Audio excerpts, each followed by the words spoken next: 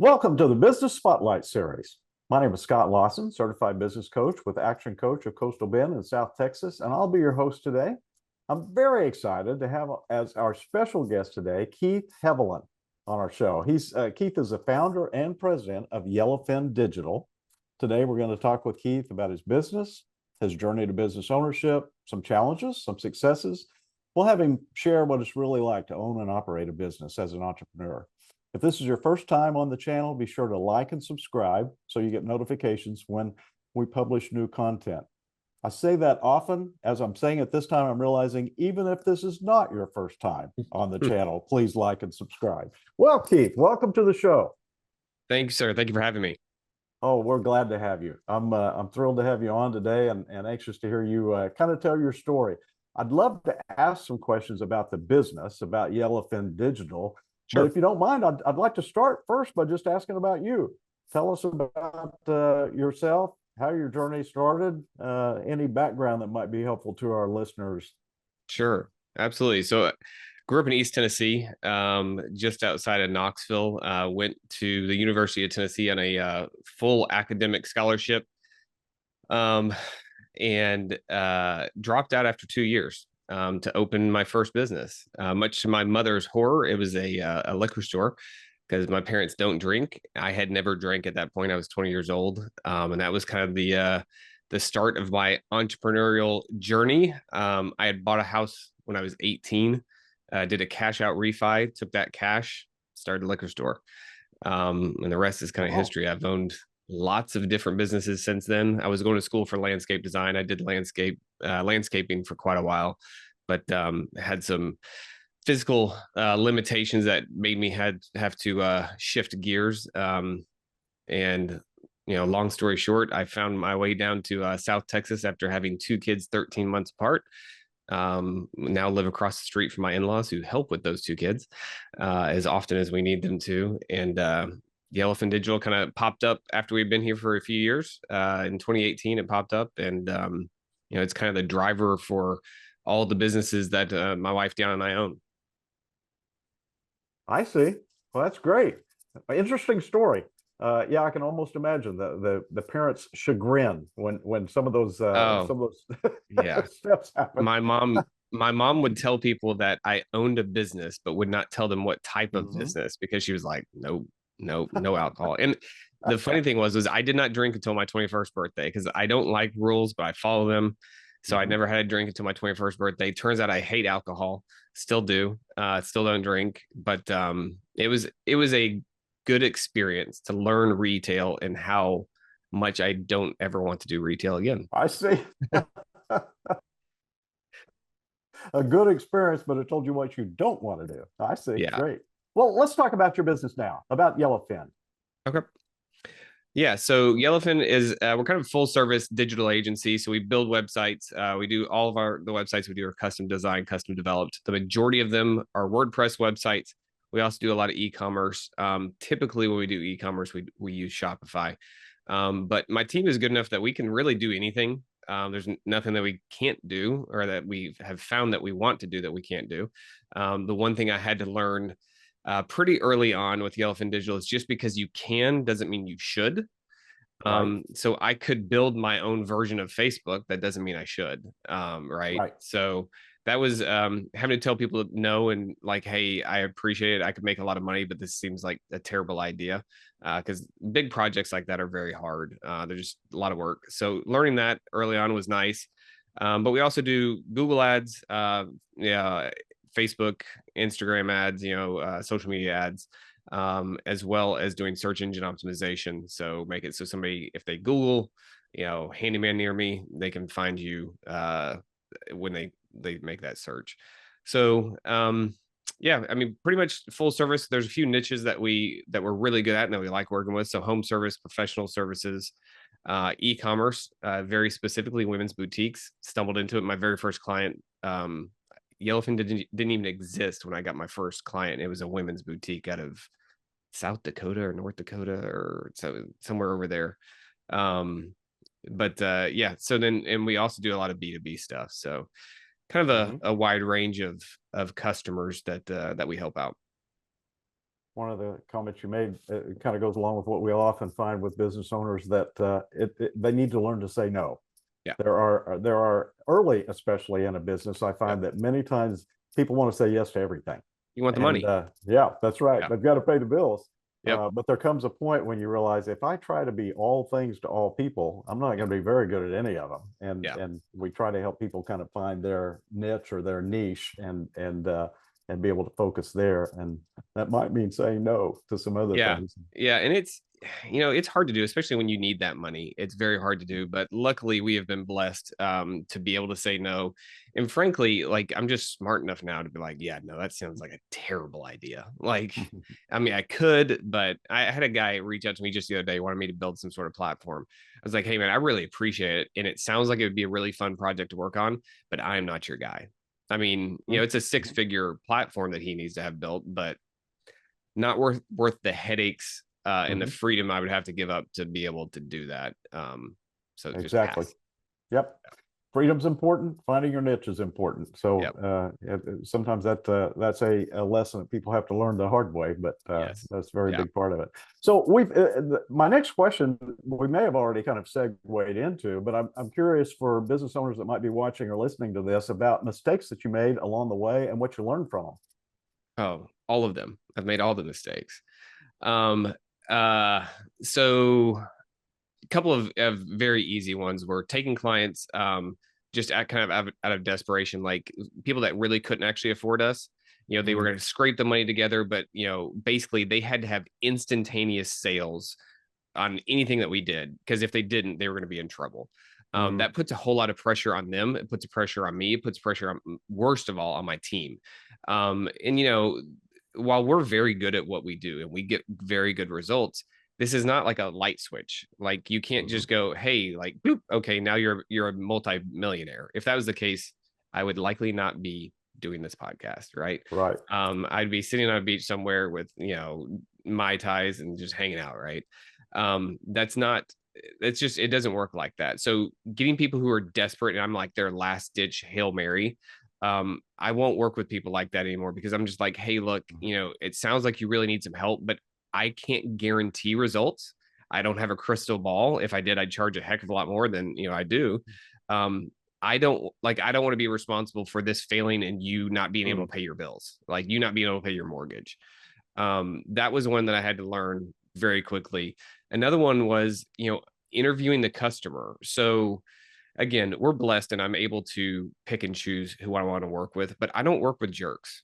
Like, I just won't. And at the beginning, I didn't really think about it very much, because I was the one doing all the project management, and you really can't hurt my feelings. I don't really care. If you're going to be a jerk, I'll kind of be a jerk back to you. We'll be fine. Right. Especially Yankees, because I can work anywhere. My parents are Yankees, and we're originally from Indiana. That's where I was born. Like, kind of a Yankee mentality. I just think it's because they're cold all the time in the winter that just makes them angry. But in all seriousness, people who are just that just, they're not nice. It doesn't bother me. I push back on them, no big deal. But then turning that over when I got project managers and account managers and having to have them deal with it. I mean, you can be mean to me, I don't care, but you're not going to be mean to my people.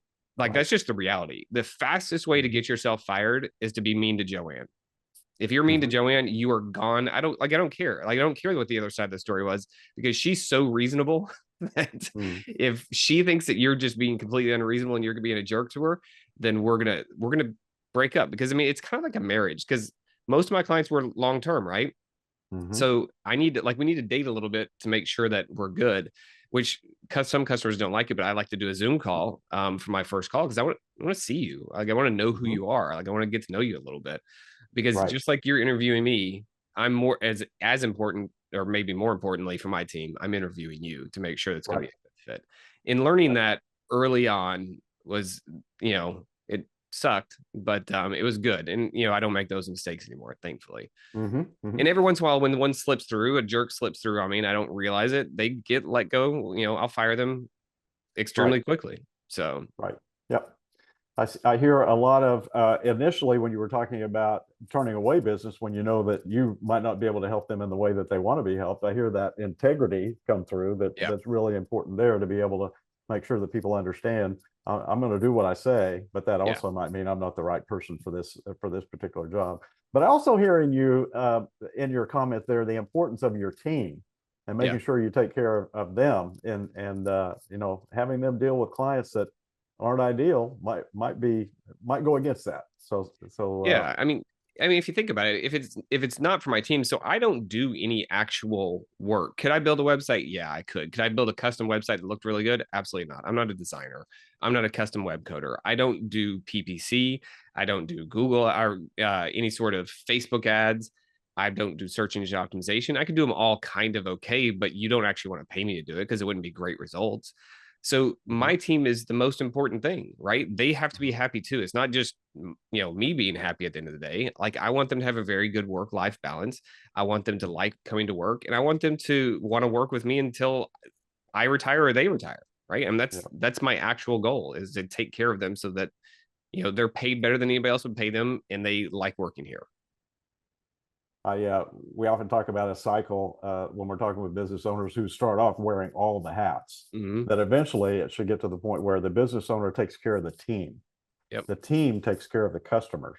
The Yep. customers take care of the business. They fund the business. Well, then the business can take care of the owner. It's kind of a cycle, you know. That Correct. and I feel like that's a lot what you're describing there too. So that's big. And again, this may be a segue, but the next question that I wanted to ask is, what are the biggest challenges? I'm thinking business challenges that you've faced. Yeah. So the biggest challenge specifically for Yellowfin Digital, early on, it was finding the right people, right? Because finding the right people to fit the culture was difficult. So I was doing all remote before it was cool to do all remote, right? I Uh-huh. was doing it from the very beginning, and I could not find people, here in Corpus where we are. I was Help having me a very remember, when was the very beginning? 2018, Okay. Yeah, go ahead. so pre-COVID, right? PC, Mhm. That's the pre-COVID, significant. That's the thing I'm right? thinking about when I ask the Yeah. question. Right. Yeah, I mean, I was using Zoom before anybody else was using Zoom. I was doing all Mhm. this stuff, right? So, 2018, trying to find people in Corpus Christi that were really good at because I need them to be really good. I don't just want you to be okay. I want you to be very, very good.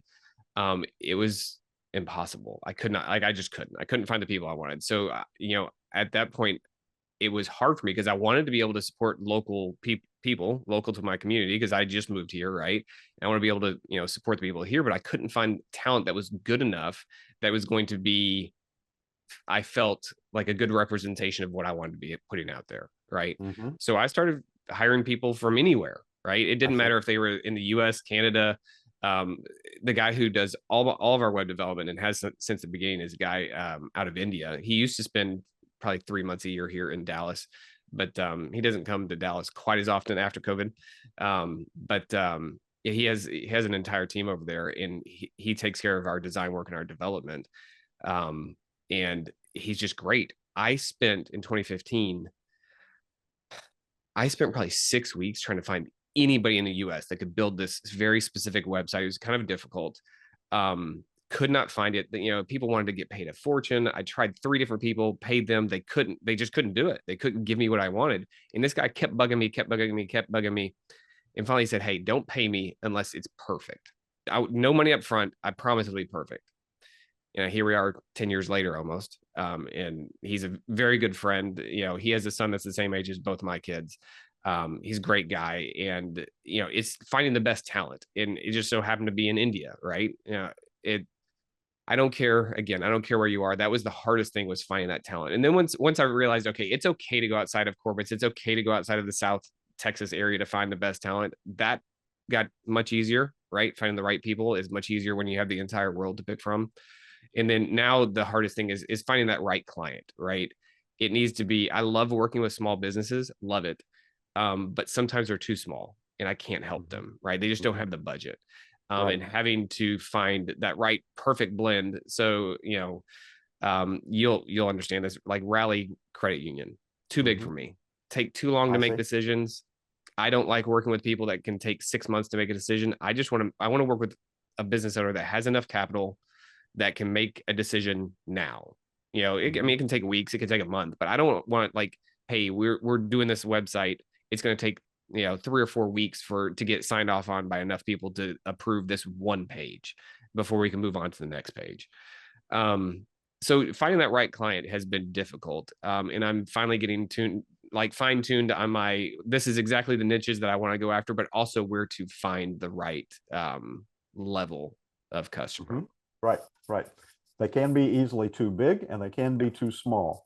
And we try to help business owners find that target market. And sometimes we have to do that by process of elimination, because 100%. we tried one that was too small or we tried one that was 100%. too big.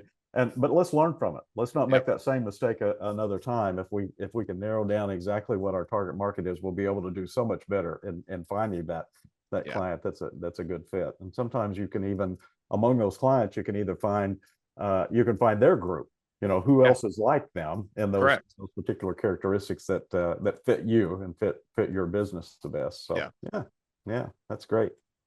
What do you think differentiates Yellowfin from your competition, from others that people could do business with instead of? That's a really good question. I will never say that Yellowfin's the best at anything because I'm sure there's somebody out there that does it better. I'm not so arrogant to think that we're, the greatest at everything. I think integrity sets us apart. I will just tell you if I don't think it's a good fit. I'll tell you if I think you're wasting your money on something, even if I can make a lot of money off of it. I'll just tell you, hey, I'm not a great salesperson, but I don't think if it was my money, I wouldn't do that. I wouldn't spend the money on that, even though I can make a bunch. Like, it just doesn't make sense. But also just communication. And this is part of what was so hard to find the right team. I like to over communicate. I want to be extremely rapid in my communication because in our industry, it is not unheard of for somebody to send an email and not hear back from their digital agency for 3, 4, 5 days, sometimes weeks. I cannot work like that. And part of it is I've trained myself because I don't remember stuff great. Like, hey, I need to do this. So I just get it done. Right. So if somebody sends me an email, I'm going to respond right away because I'm going to forget to respond back later. So I've just trained myself to, here's a weakness, here's how I overcome it. And it turns out people really like that. Right. They like the really fast responses. They send me an email. If I'm available, obviously I'm not going to email somebody right now, but if somebody sends me an email while we're doing this, I will take 10 minutes after we're done. I'll respond to all my calls, all my texts, all my emails, and you're not waiting for days to hear back from me. People love that, especially small businesses, right? Because again, I understand their struggle. I am a small business. We own a couple other small businesses, and time is much more of the essence than it is for some, company that has 2,000 employees, right? Right. So I like to be communicative, and I like to be very flexible with time, right? Like, I know that you might need something right now. I mean, don't call me that Friday night at 10 o'clock because you're upset about something. Like, I'm likely not going to answer the phone. But I'll get back to you as soon as I can. If there's some major issue, obviously I'll fix it if it was something that we did. But if you call me on Thursday and say, hey, we really need to do this. We need to get this new website page put up. How quickly can you get that done? I'm going to do the best I can to get it done by Friday. I see. And if I can't, I can't, but I'm going to tell you when I can get it done, and it will be done in that time, period. We don't miss deadlines. The only way we'll ever miss a deadline is because I'm waiting on you. You didn't get me something back that pictures, copy, something like that, but we don't miss deadlines ever. So it just makes us set apart. I feel like that's a fairly simple but not easy response. I mean, it's nothing to what revolutionary. But it is rare. And I feel like so many business owners could learn from that, like just prompt response, being able to really address potential customers and potential clients promptly. It can make you stand out because you may be among the very few. Huge. And in some cases, it might even mean the competition doesn't even get a chance because they heard from 100%. You quickly and you were able to respond in such a way that you really, no one else responded that quickly, so you had the deal before someone else even replied to a request. So I mean, I've reached out to people who will send a form in from our website. It comes in, I'm sitting here, I'm doing something else, but I see it come in, I'll call them back, and they're like, well, I'm still on the website. Like, what? Like, well, I mean, it came through. You said you wanted to talk to me. I figured we, and again, I don't have time to like do a hour long, like, let's have a conversation, but it's enough to say, hey, let's take 5 minutes. Tell me a little bit about what you got going on. Because if it's not a good fit, I'll just tell you right now. Like, let's not waste our time. If it is a good fit, let's schedule a time. We'll jump on a Zoom call, get to know each other a little bit, and we'll talk about it. And, and that's the thing is, like, just because I respond doesn't mean I fixed the problem, but they at least feel like I'm aware of it and they feel heard, like, oh, okay, he's going to get taken care of. Because they know, especially the people who are my clients, they know as soon as somebody from my team says, oh, we've got that, it's taken care of, right? Just, you don't have to worry about it anymore. It will get taken care of as quickly as possible. We'll let you know when it's done. And that's what I want. Keith, as I hear you describe that, I'm thinking from the other side of this conversation as the potential customer. You and I and everyone listening to this have those kinds of interactions where we have sent some kind of request and we're waiting and waiting and waiting for the response to it.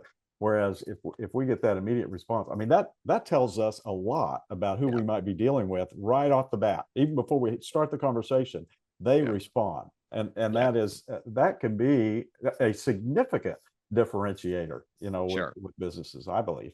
It's really and frankly, I just do it because that's what I wish people would do to me. Exactly. I mean, it's nothing revolutionary. This is how I want people to, do customer service in my direction. So again, I mean, maybe it's selfish of me. Like, hey, this is what I want. I don't know if I'd call it selfish, but it is. I mean, we ought to all kind of mentally take a cue whenever we realize we're getting bad customer service. I hope I don't treat my customers that way. How about aspirations when you look into the future? Let's say 5 years. What should Yellowfin look like in 5 years? That's a great question. I don't know that I can answer it. That's something I've been praying about quite a bit recently. And I don't know that I have an answer yet. And frankly, it might be that Yellowfin doesn't exist anymore. I'm such a serial entrepreneur. I'm going to go where it takes me. I like to have more than one revenue stream going at any given time because I was in a situation where I didn't have more than one revenue stream coming. And it was a problem when 2008 hit. And I don't want to ever be stuck like that again. But, if I have to give an answer, my guess is it would be a little bit bigger than it is right now. I don't want Yellowfin to be some huge, we have 50 employees and we're, taking on bigger and bigger clients. That's not what I want.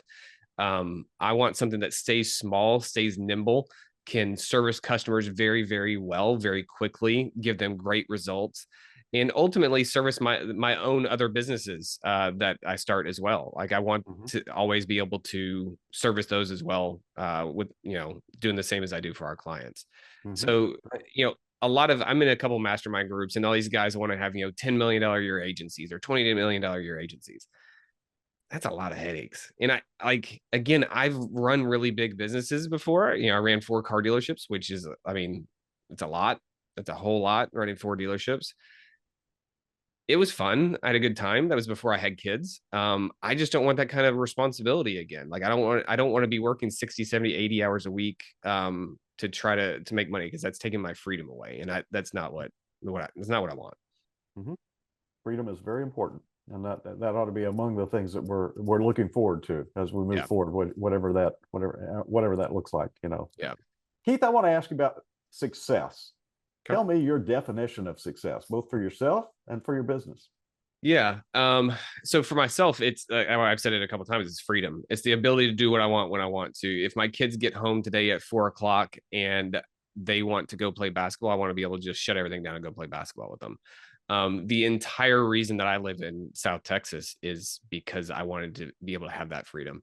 My wife and I were both working for this company that had 4 car dealerships from Vegas to Charlotte. We lived in Knoxville. We were flying all over the country on a regular basis with Annabelle, our daughter, and a traveling nanny, working 70, 80, sometimes more hours a week. It was very good money. It was more money than I probably ever deserved to make, but there was not and there was freedom in the fact that I could run it like it was my own company, because the owner was an absentee owner, so I could do anything I wanted. But the responsibilities were just so big, and 100 and something employees, it's a lot. And I didn't have the freedom just to be able to spend time with my kids. And I did not want that. So we gave him a 6-month notice and moved to South Texas. He had to be able to replace us, and we knew that wasn't going to be easy. But that right there was what success looked like to me. Now, obviously, I had to be able to make money. It used to, when I was younger, a certain income level was very important to me. and I've made that and a lot more.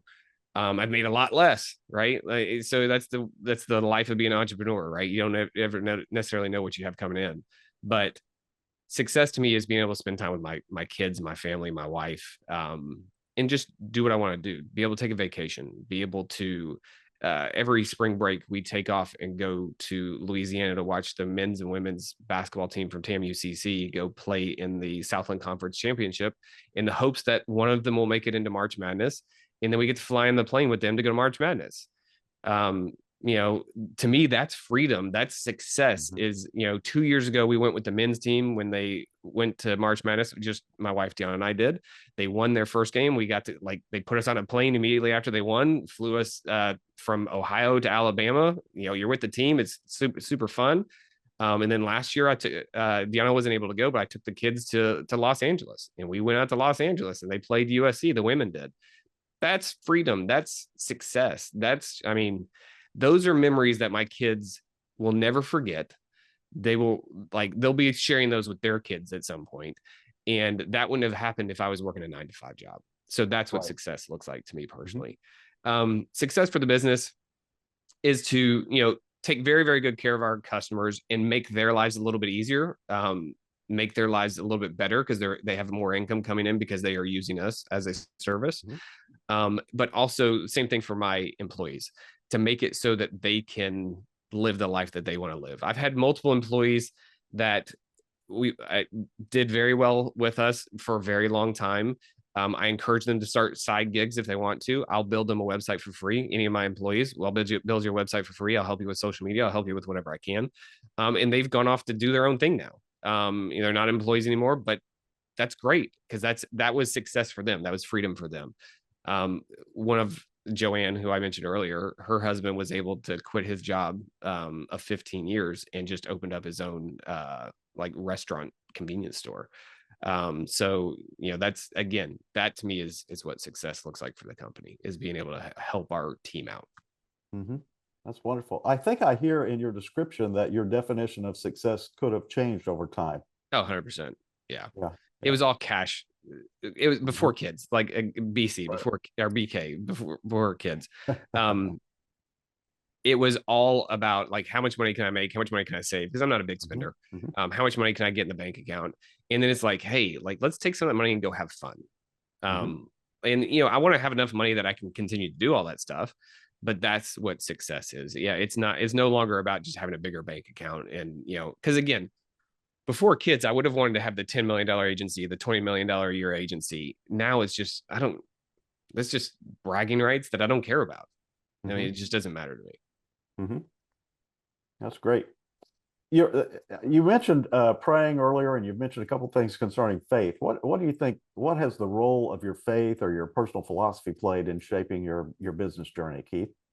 Yeah, I mean, so it's the core of everything we do. It's our family core values out here in the living room. It's all based on our Christian faith, our Christian values.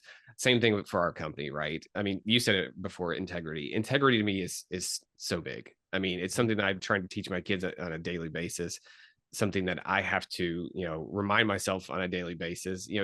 Just because you could get away with something doesn't mean you should get away with something with a client, right? Just be honest. Like, here's what happened. We messed up. This is how we're going to fix it going forward. And if you get fired, that's a consequence of the actions, right? I mean, actions, have consequences. That's what I tell my kids all the time. But faith it's a big driver in every day, for me, getting up in the morning, doing a devotional, doing a prayer journal.